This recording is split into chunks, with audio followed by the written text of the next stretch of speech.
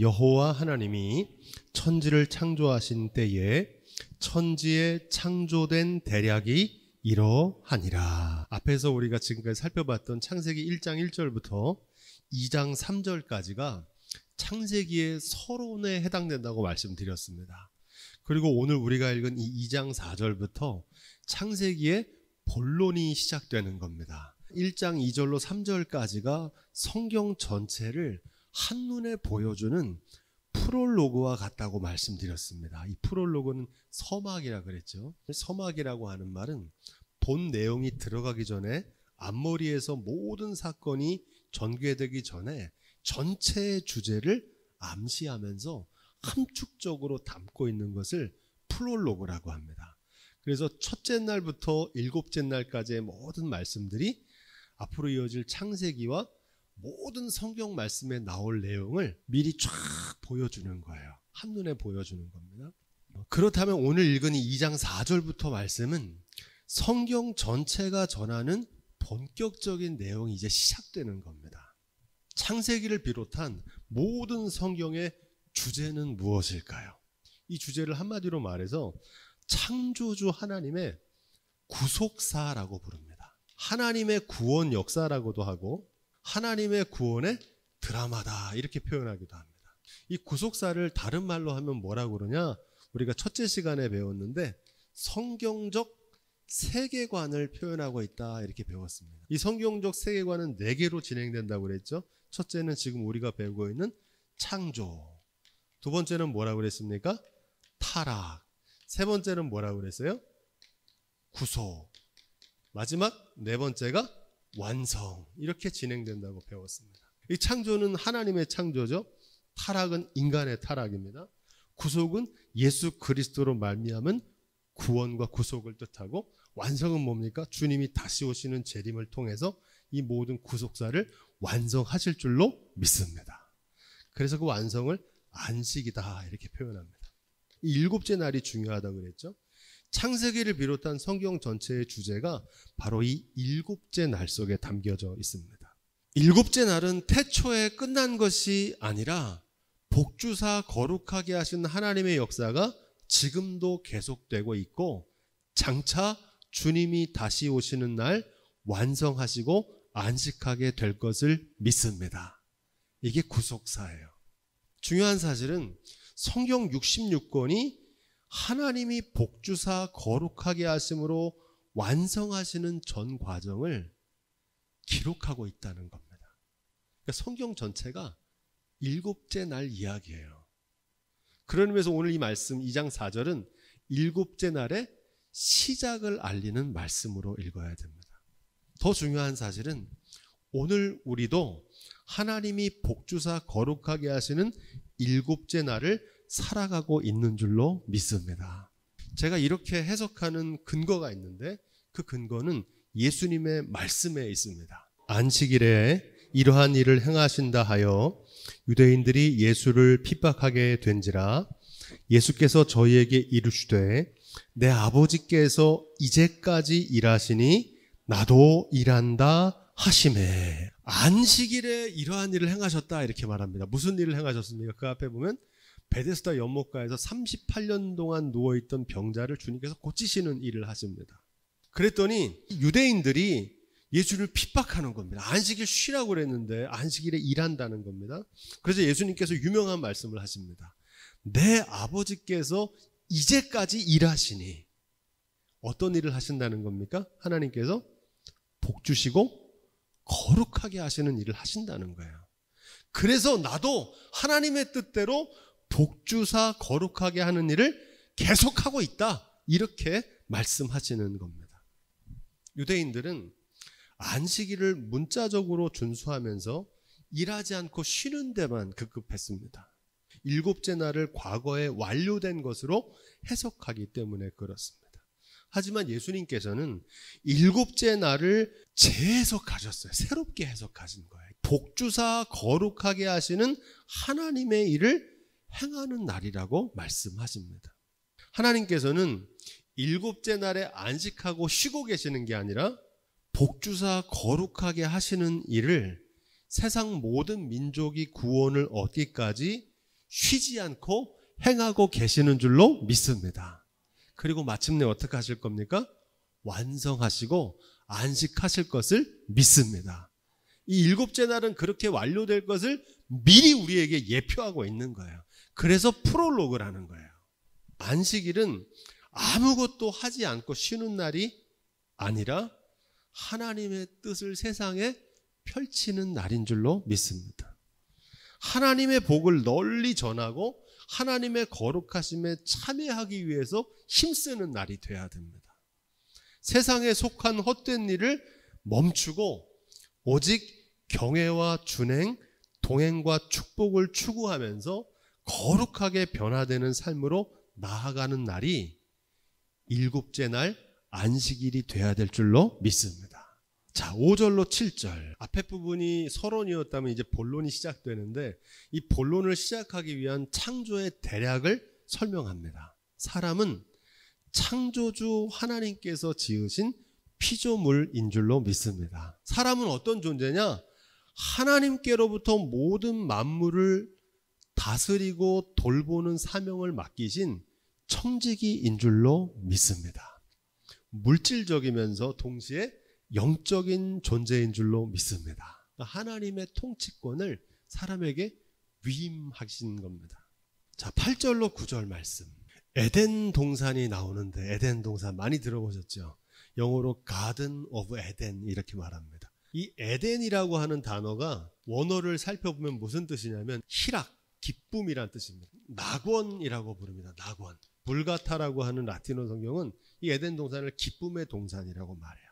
다른 말로 하면 행복의 동산, 축복의 동산. 그게 바로 에덴 동산입니다. 이 에덴 동산은 기쁨의 근원이 무엇인지를 증거하고 있습니다. 다른 말로 하면 행복의 조건은 무엇인지를 증거하는 말씀입니다. 하나님의 통치가 온전히 이루어진 천국을 예표합니다.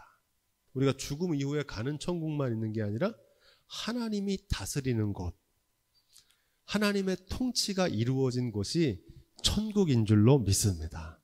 기쁨의 근원, 행복의 조건은 창조주 하나님이 통치하시는 데서 시작된다는 겁니다. 여호와 하나님이 동방의 에덴의 동산을 창설하시고, 에덴 동산을 창설하신 분이 누구예요? 여호와 하나님이 창설하셨다는 거죠. 사람을 거기에 두신 분도 여호와 하나님이시라는 거예요. 그 땅에서 보기에 아름답고 먹기에 좋은 나무가 나게 하신 분도 누구십니까? 하나님이시라는 거예요. 주목할 말씀은 이 에덴 동산을 창설하시면서 하나님께서 중요한 것 한 가지를 거기에 더 만들어 놓으십니다. 동산 가운데에는 생명나무와 선악을 알게 하는 나무를 두셨다, 이렇게 말합니다. 이 동산 중앙에 있는 나무는 창조주 하나님의 통치를 가리키는 상징입니다. 범접할 수 없는 하나님의 영역, 하나님의 자리를 가리킵니다. 에덴 동산을 이루는 필수적인 조건이에요. 하나님의 통치가 있어야 된다는 거죠.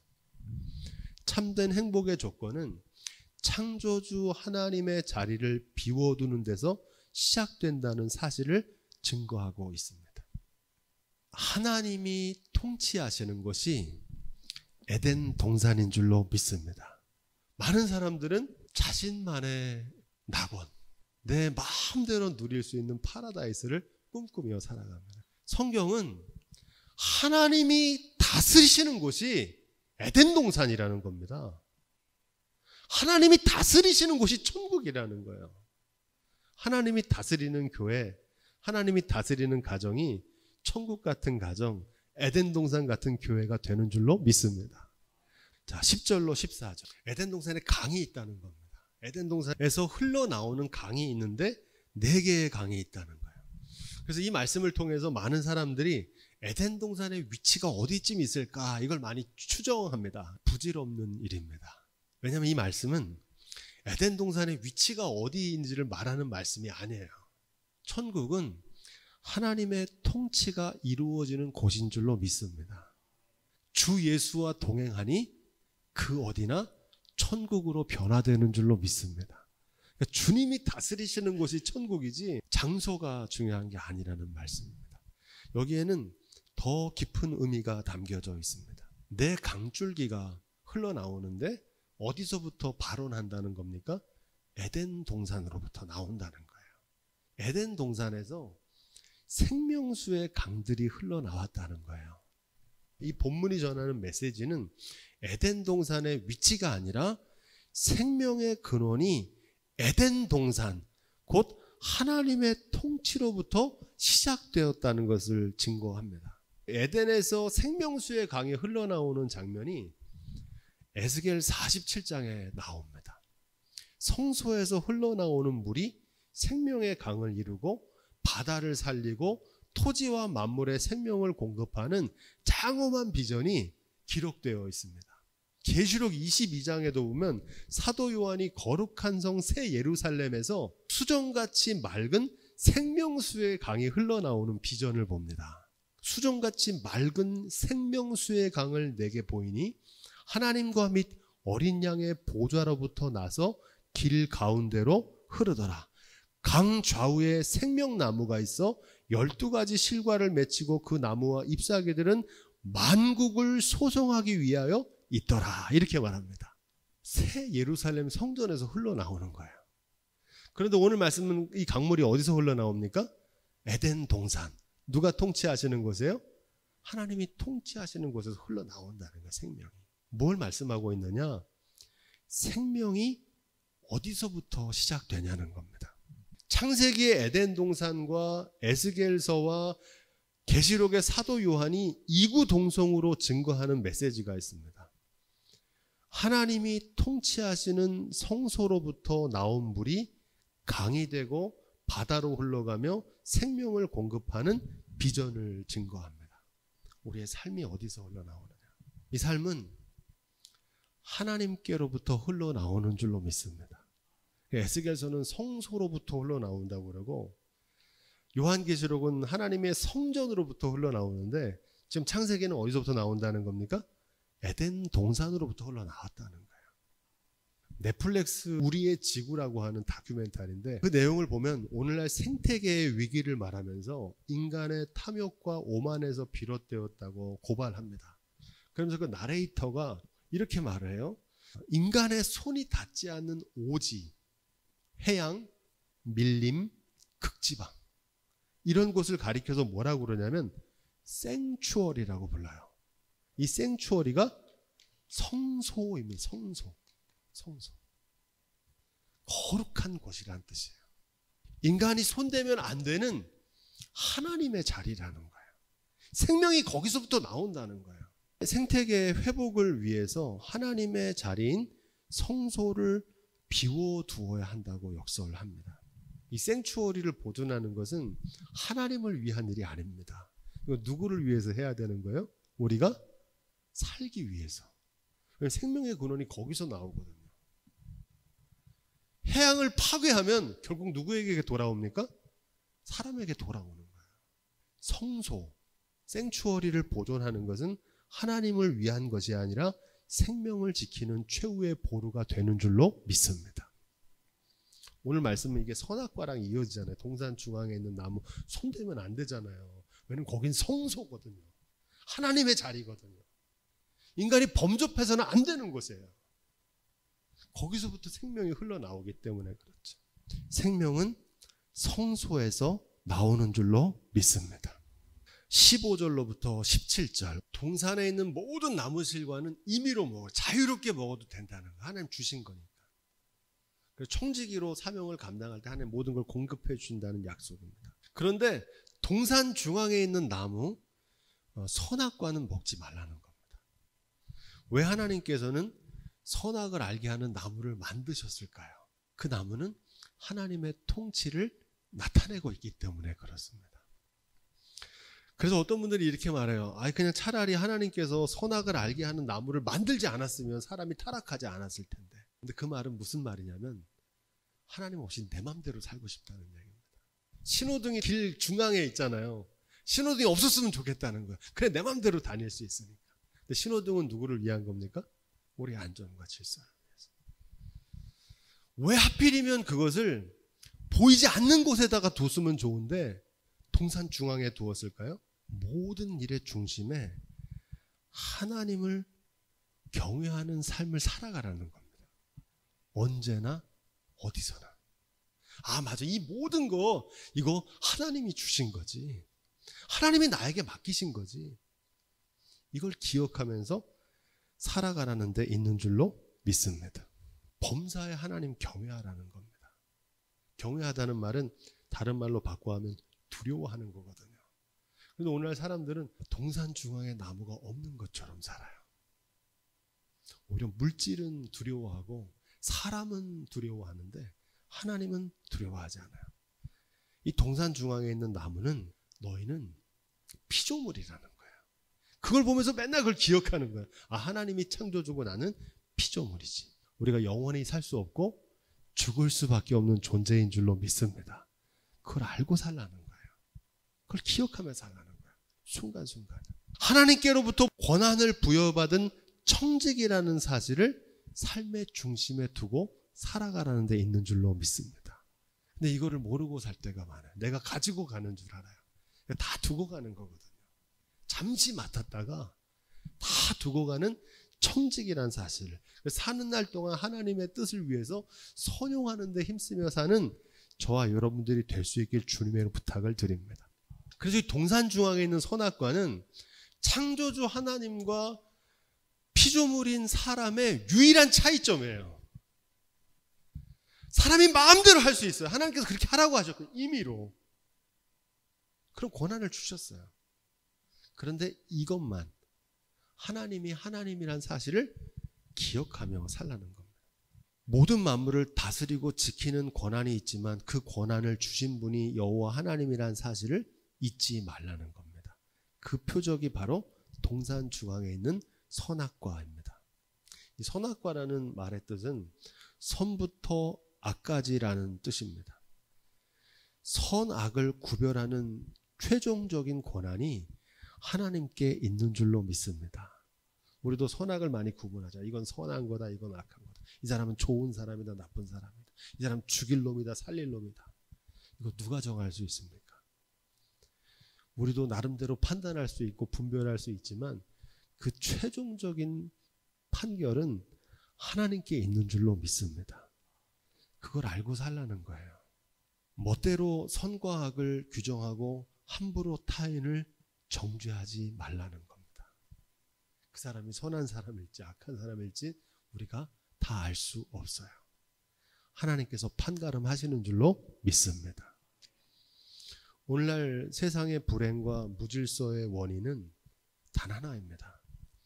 창조주이며 삶의 주관자이신 하나님의 권위와 통치를 무시하기 때문입니다. 멸시해요. 하나님 안 계신 것처럼 행해요. 심지어 교회에서도 그래요. 하나님이 안중이 없어요. 자기 주장, 내 생각, 우리의 힘으로 우리 뜻대로 하려고 해요.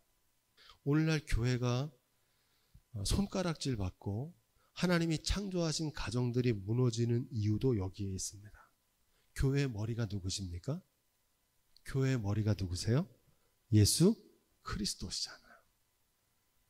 예수님이 교회의 머리 되셔야 되고 하나님의 자리, 하나님의 보좌, 하나님의 결재권을 받아야 되는데 예수님의 뜻대로 하려고 하지 않고 내 뜻대로 하려고 하고 우리 뜻대로 하려고 해요. 상황 따라 형편 따라 하려고 해요. 내 경험에 따라 하려고 하고 내 소견에 따라 살려고 해요. 적어도 주님의 교회는 주님이 다스리는 교회가 돼야 할 줄로 믿습니다. 그래야 그 교회가 에덴 동산 같은 교회가 되기 때문입니다. 그래야 그 가정이 에덴 동산 같은 가정이 돼요. 여러분 가정에 가면 이런 명패가 많이 붙어 있어요. 예수님 믿는 가정은 예수 그리스도가 이 가정의 주인이십니다. 많이 보셨죠? 예수님이 이 가정의 주인이라고 탁 써붙여 놓는데 정작 보면 그 가정의 주인이 예수님이 아니라 돈이 주인 노릇할 때가 있고 사람이 주인 노릇할 때가 있고 세상의 영광과 자랑이 주인 노릇하는 경우가 있어요. 예수 그리스도를 우리의 가정의 주인으로 모시고 살 때 에덴 동산이 회복될 줄로 믿습니다. 온 세상과 나라가 전쟁과 혼란이 가득한 이유도 마찬가지입니다. 하나님이 창설하신 에덴 동산, 낙원, 기쁨의 동산이라 그랬잖아요. 그런 동산이 오늘 어떻습니까? 오늘날 기후 위기로 경제적인 불균형으로. 경제적인 불균형은 하나님 탓이 아니에요.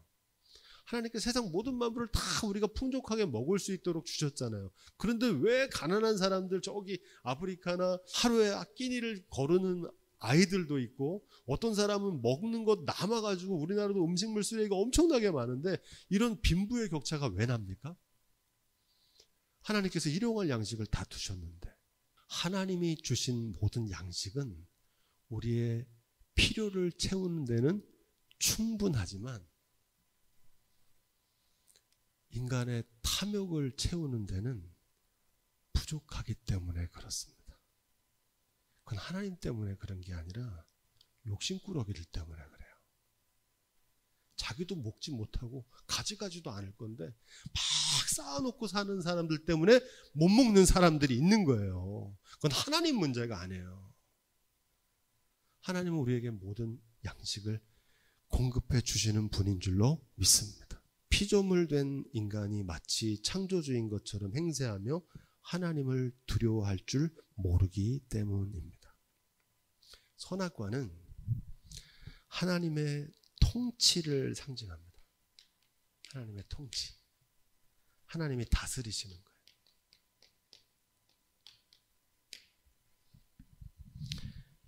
행복한 삶을 회복하기 위해서는 우리의 교회와 가정과 나라와 사회에도 그 한가운데 하나님을 경외하는 믿음의 상징인 선악과를 다시 세워야 할 줄로 믿습니다. 우리의 마음과 삶의 한가운데도 하나님을 경외하는 믿음이 회복될 수 있기를 주님의 이름으로 축원드립니다. 이 선악과가 전하는 메시지는 단순합니다. 에덴의 축복을 마음껏 누리되 오직 한 가지 사실만은 기억하고 살라는 겁니다. 하나님만 하나님으로 섬기며 살아야 된다는 겁니다. 그럴 때 비로소 사람이 에덴에서 참된 행복을 누리며 살 수 있게 된다는 말씀입니다. 이것이 창세기가 에덴 동산을 통해서 우리에게 증거하는 참된 행복을 위한 첫 번째 조건,